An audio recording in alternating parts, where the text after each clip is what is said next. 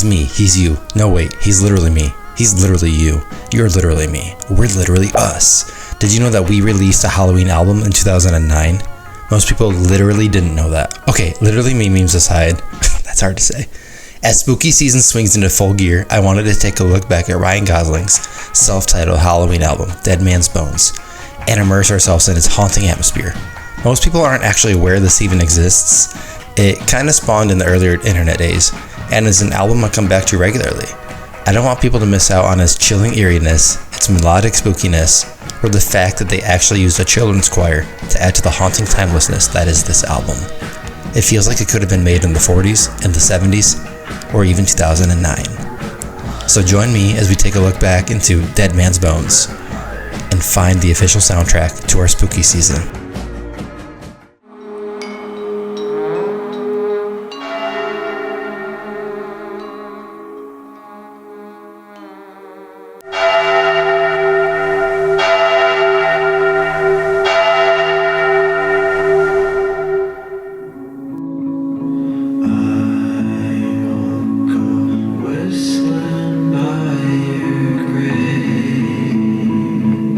So, Dead Man's Bones is technically a gothic rock duo consisting of Ryan Gosling and his friend Zach Shields. They met in 2005 and bonded over both being obsessed with the Haunted Mansion ride at Disneyland, but also shared paranormal experiences as children.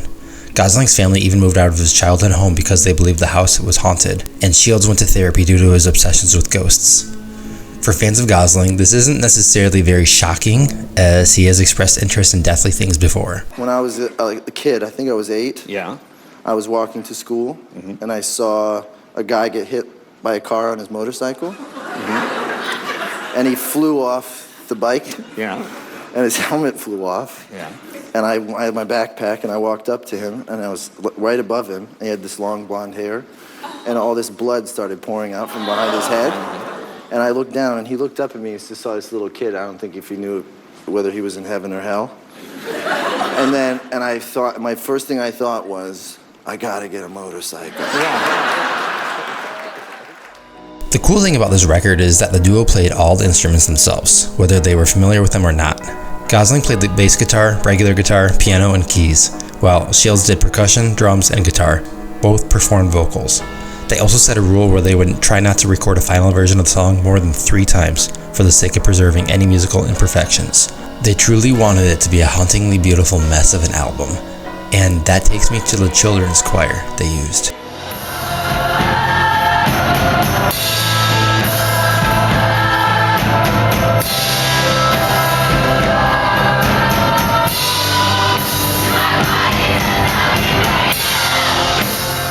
There's something so nostalgic and overall eerie about children's choirs. They can be beautiful, especially in churches, but they always tend to give me the chills for reasons I can't really place. I'm always reminded of that scene in Home Alone where Kevin McAllister goes to the church before he prepares his home for battle, and he ends up confronting his neighbor he's been afraid of the whole movie.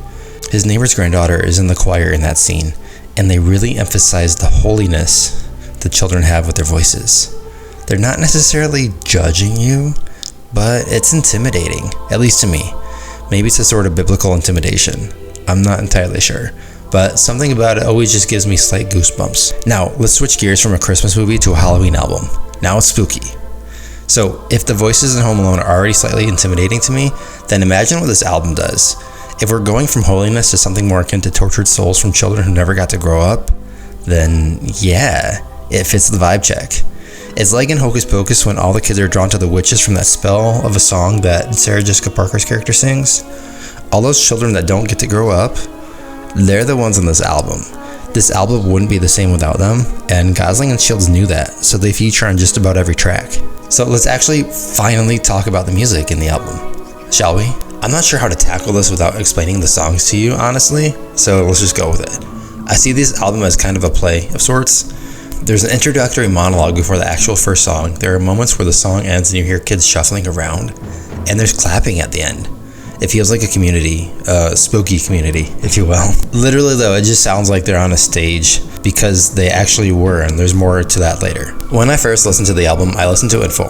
The intro kind of threw me off, admittedly, with the speech, and I didn't really know what to expect. But the second song, Dead Hearts, fully transported me into the entire vibe of the album. I was hooked with the build-up and fully committed to listening to the full album when the beat breaks and the glass shatters. I mean, it literally sounds like glass shattering. It's gotta be, right?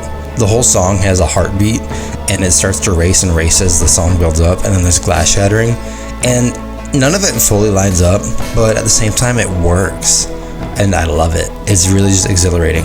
Eventually, after some spooky howling and breathing, the next song, In the Room Where You Sleep, plays, which gives me almost like a Scooby-Doo type vibe. Like that old retro sound that can be from the 50s or the 70s with the classic guitar riffs.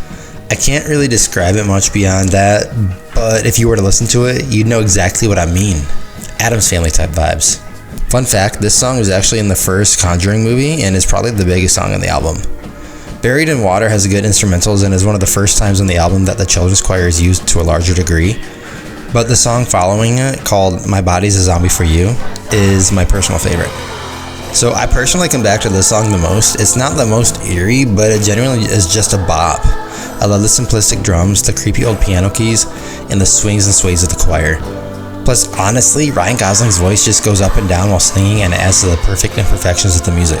It's just epic to me. Yeah, I don't know. I really like it. It's fun. Okay, I'm gonna speed run the rest of the album here.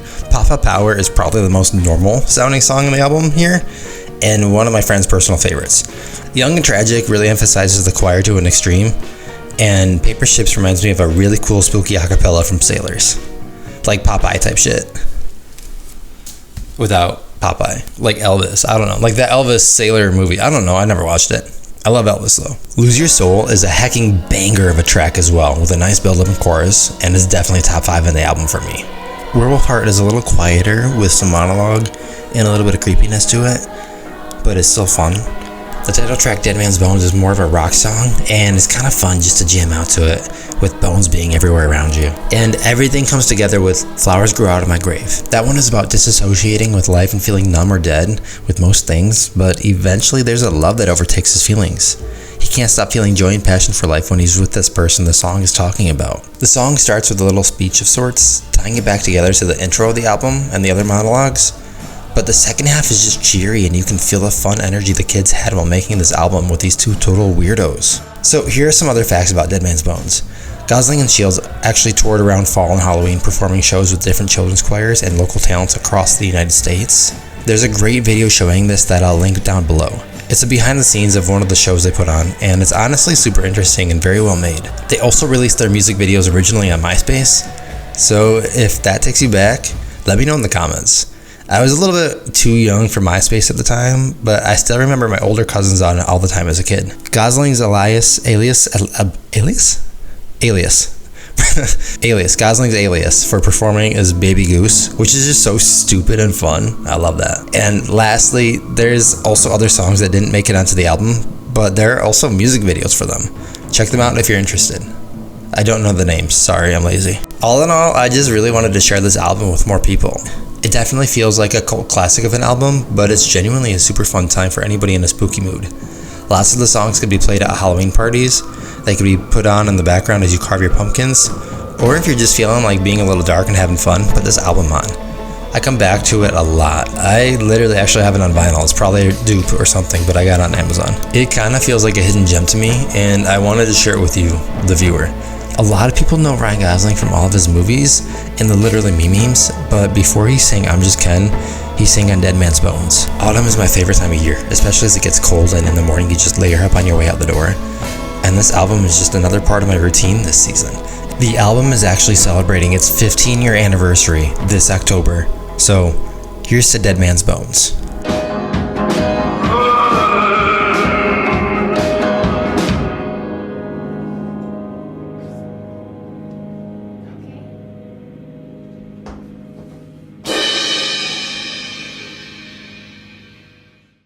Thank you all so much for watching this video, and if you actually liked it, hit the button because it does share the video around. And don't forget to comment down below your favorite spooky song. I'm Alex, subscribe if you vibe with my type of content, and have a happy Halloween. Oh, I'm so dumb.